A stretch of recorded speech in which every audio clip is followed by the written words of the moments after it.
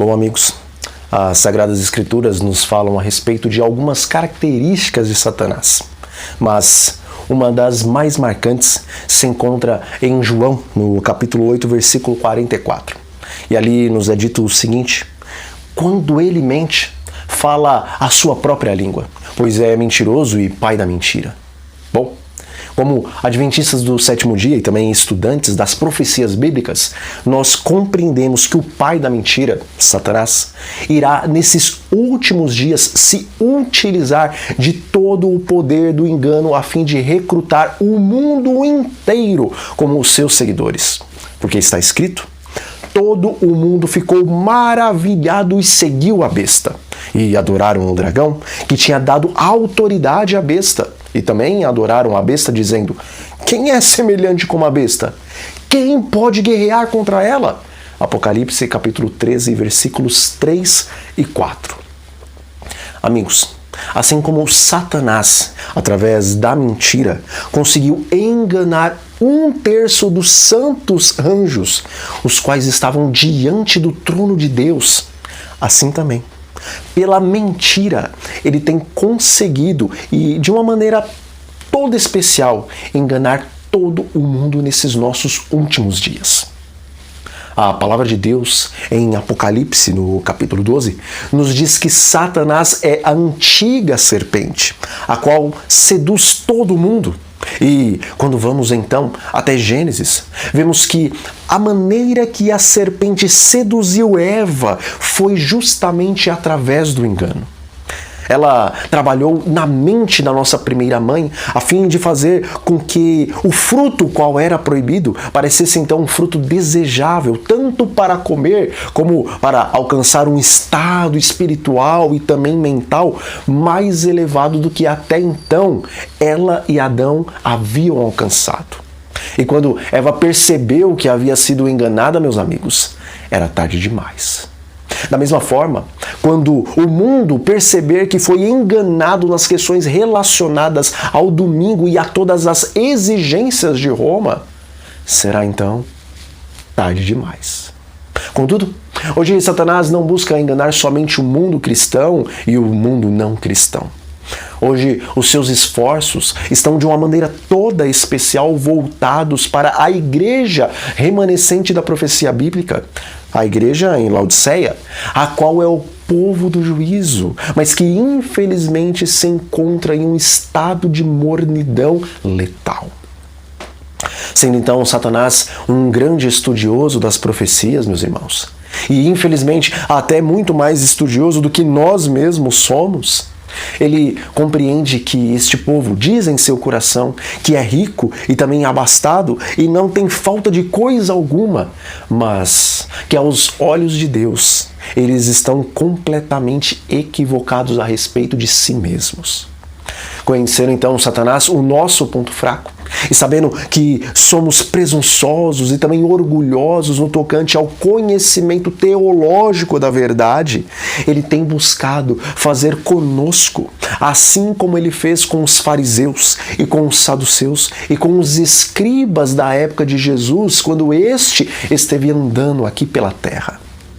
Ele tem procurado, meus irmãos, fazer com que defendamos a verdade que está no papel, mas não venhamos a ser ensinados pelo Espírito da verdade, o qual nos revela as coisas espirituais ao nosso coração.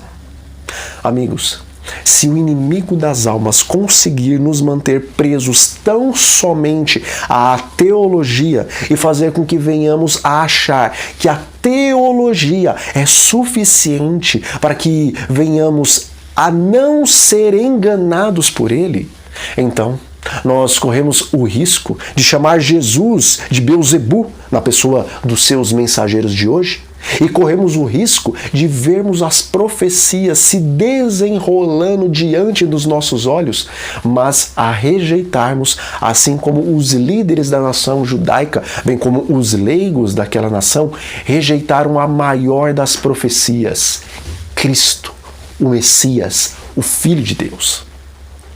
Amigos, nós sabemos que o decreto dominical será uma lei, a qual será passada pelo Congresso Nacional Norte-Americano.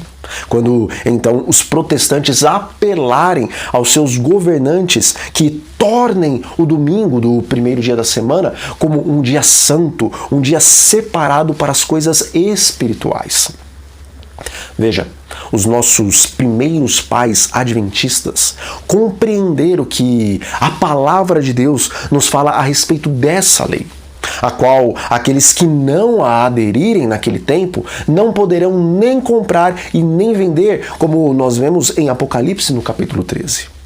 Contudo, devemos nos lembrar que a advertência à igreja em Laodiceia é justamente porque temos os mesmos defeitos de caráter que os judeus da época de Cristo tinham. E, sendo eles espiritualmente presunçosos e também vaidosos, até conseguiram reconhecer que os profetas, depois de terem sido mortos pelos seus pais, eles mereciam túmulos bonitos e também mereciam ser reconhecidos como profetas de verdade. Mas, quando veio o maior dos profetas, o Filho de Deus, o qual o próprio Moisés, na verdade, lhes havia ordenado que quando tal profeta viesse, eles deveriam dar ouvidos a este. Quando este apareceu, amigos, eles o ignoraram e o mataram. E isto pelo fato de não terem discernido espiritualmente para compreender realmente como a profecia estava se cumprindo nos dias deles. Na verdade, irmãos, aqueles líderes, eles conheciam e também estudavam a palavra escrita, mas eles não discerniam espiritualmente porque o Espírito Santo não estava agindo em seus corações.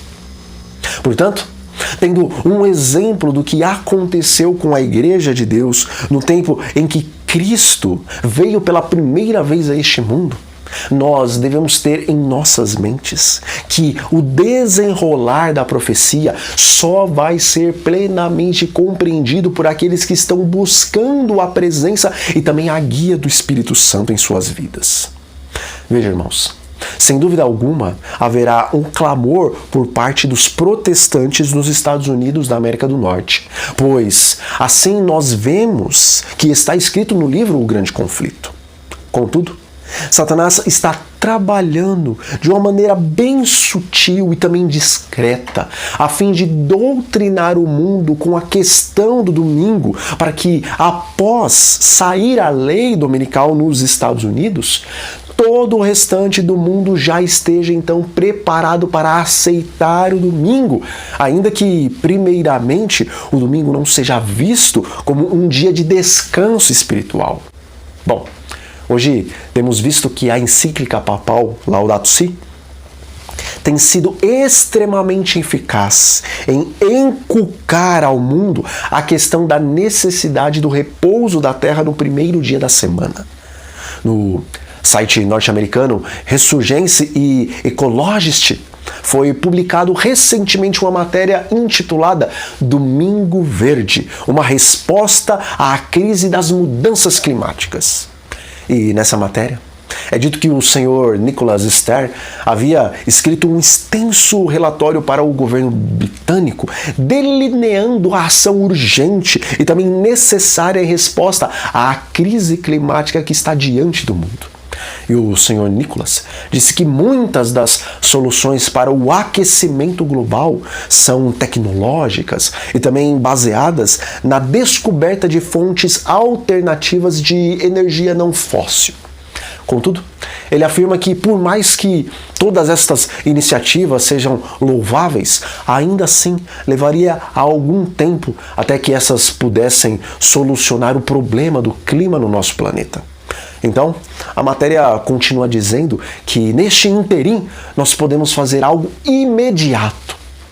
Ali disse que podemos então declarar o domingo como um dia livre de combustíveis fósseis, ou pelo menos um dia de economia de energia. E nessa matéria, amigos, também é dito que isso não precisaria de tempo para se iniciar, mas que poderia se iniciar imediatamente, ainda nessa semana, ou nesse mês, ou até mesmo neste ano. Então a matéria volve a mente das pessoas a lembrarem como o domingo era considerado antigamente. Eles dizem que o domingo era considerado um dia de descanso e também de renovação espiritual, que era um dia para as famílias se reunirem, mas que tal dia havia sido então convertido em um dia de comprar, em um dia de voar e em um dia de dirigir. Então, eles fazem um apelo para que no contexto das emissões excessivas de carbono na atmosfera, as quais trazem convulsões catastróficas, seria então inteligente restaurar o domingo como um dia de descanso para Gaia, ou seja, para a deusa Terra. E na matéria é afirmado, irmãos, que não haveria grandes dificuldades em cortar todos os usos não essenciais e também não urgentes de combustíveis fósseis neste primeiro dia da semana. Então, a matéria começa a sugerir como as pessoas deveriam tratar o dia de domingo. Eles dizem que as pessoas poderiam facilmente fechar os seus supermercados, lojas de departamento e também os postos de gasolina, assim como interromper as entregas, reduzir a mobilidade ao mínimo necessário. Eles dizem que o domingo deve se aproveitar mais uma vez com a nossa família e com os nossos amigos, ou escrevendo, ou pintando, ou caminhando, ou simplesmente passando algum tempo em contemplação. E por fim, eles afirmam que isso seria importante para a nossa saúde pessoal e também para a saúde do nosso planeta. Bom, para aqueles que desejarem, então, conferir essa matéria, eu vou deixar o link logo aqui abaixo na descrição desse vídeo, ok? Irmãos, veja, esse não é um site católico. Contudo, as suas ideologias estão baseadas na encíclica Laudato Si. Veja, meus amigos, não sejamos inocentes e ao mesmo tempo rebeldes, como os fariseus, a ponto de não conseguirmos reconhecer que Satanás, sendo a maior mente abaixo da divindade, tem milhares e milhares de estratégias para conseguir implementar os seus planos com relação ao decreto dominical e com relação a uma nova ordem mundial. Assim como Satanás tornou-se, como diz o Espírito de Profecia, o regente do mundo cristão, e isto para preparar tão somente uma geração a fim de recebê-lo como se ele fosse o próprio Jesus, naquele momento em que ele aparecer como o último e definitivo anticristo. Assim também, amigos, ele tem preparado todo o mundo através da ecologia para receber o domingo de braços abertos. Está escrito: também obrigou a todos, pequenos e grandes, ricos e pobres, livres e também escravos, a receberem certa marca na mão direita ou sobre a testa. Apocalipse 13, versículo 16. Bom, embora nós saibamos que antes de fechar a porta da graça, todos os habitantes do mundo terão uma clara compreensão da questão espiritual do sábado e também do domingo, vemos que hoje Satanás está trabalhando com alguns para que aceitem o domingo em suas testas. Ou seja, meus amigos, para que realmente aceitem o domingo como sendo o sábado mudado pelo primeiro dia da semana por autoridade divina. E com outros, Satanás está trabalhando para que aceitem o domingo em sua mão direita. Ou seja, mesmo hoje, muitos que não fazem ideia ou desconsideram completamente a questão do repouso dominical por causa de questões espirituais, nos objetivos da plataforma Laudato Si, mesmo antes de 2006, eles já pretendem começar a multar aqueles que vierem a transgredir as regras estabelecidas com relação ao trabalho e com relação às emissões de gases fósseis na atmosfera neste primeiro dia da semana.